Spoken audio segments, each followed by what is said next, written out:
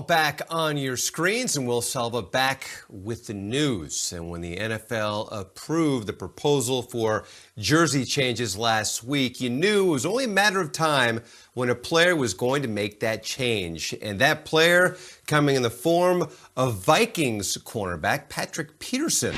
Peterson revealing this move on his podcast, All Things Covered, that he will wear the number 7.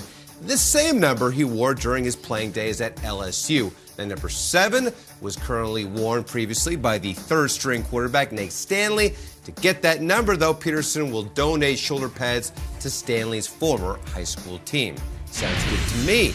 The Chargers gave fans their first look at Sofi Stadium on Saturday, hosting season ticket holders for a tour of the stadium. The state-of-the-art stadium opened in 2020, but did not have any fans in attendance.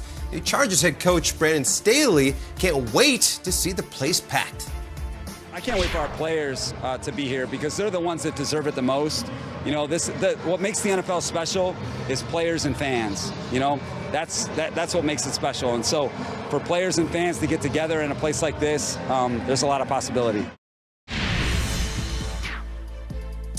Very cool event, very cool stadium. This also very cool. Their stadium mates, the Rams, prepping for the draft from their plush mansion in Malibu, tweeting out finishing touches on draft prep from the War Room with Sean McVay and Les Snead standing over at the Infinity Pool. Both bosses there. The Rams, of course, have no first-round picks. But either way, I am lobbying hard to see cutaways of that mansion on Thursday so we can see people stop being polite and start being real. Okay. Yes, excited to see that. Cliff Kingsbury saying that Sean McVay did it just because he wanted to take his shirt off and get in the pool. We'll see how that goes, that battle in the NFC West, of course. And Brandon Staley, I need that new windbreaker, that Chargers windbreaker I just saw. Your equipment team is on notice. Send one my way. Okay. All right, the NFL draft, thanks, Will, is approaching. There's hype. There's gossip, there's chatter, and no one knows whispers and speculation like the most sought-after gossip columnist around. I'm not talking about Gossip Girl, not Blake Lively, not Penn Badgley, no. Inspired by the Victorian-era world of high-stakes courtships, here's some inside scoop like you've never heard it before.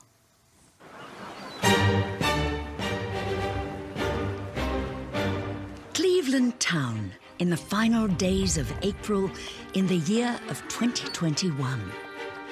Dearest NFL Commonwealth, it is I, Lady Whistleblown. I am the insider of insiders, the seer of seers, revealed by none, but followed by all.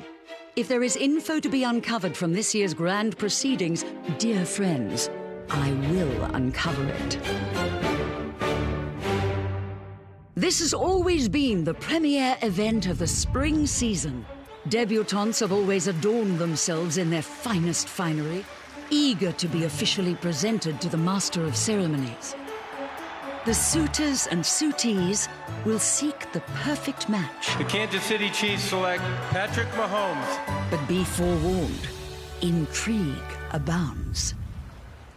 The budding union of Jacksonville and a certain dashing quarterback with flowing locks appears on the verge of consummation. But the very mention of a quarterback sends hearts aflutter and tongues wagging, and draft room phones ringing. The downtrodden House of Green is an all-too-frequent fixture at the front of this parade. How will they go about what has become an annual makeover? Meanwhile, the clan that celebrates the year of 49 is rife with rumors of their own. They have muscled their way into an exalted position, perhaps to find their own new franchise face. Heads of cheese are whispering, is it true? Will their team try to appease their own disgruntled sire by drafting a catcher of passes after last year's shocking draft time slap in the face? The Green Bay Packers select Jordan Love. And then there are the Featheringtons. Philadelphia, Atlanta, and Arizona, each of these feathered franchises with wandering eyes after seasons of discontent.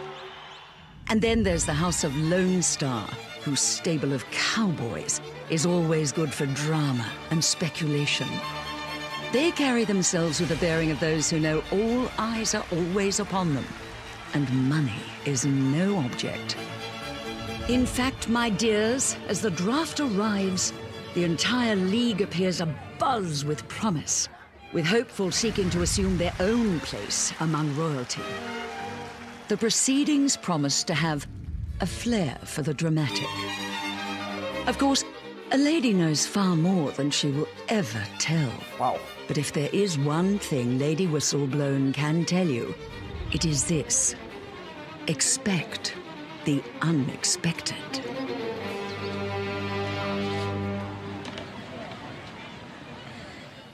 Lady Whistleblown! I was not ready for that incredible support. I mean, it could have used a cameo by Regé-Jean Page, but Cynthia Freeland, Charlie Casterly, Rhett, amazing work by you guys. Ian Rappaport, of course, Cynthia Freeland. That was Lucky incredible. Brooks. Lady Whistleblown, Featherington, I liked that. Very clever. That got me absolutely amped for this draft, which is 3 days away. And we're ready to watch all the Whistleblown drama unfold.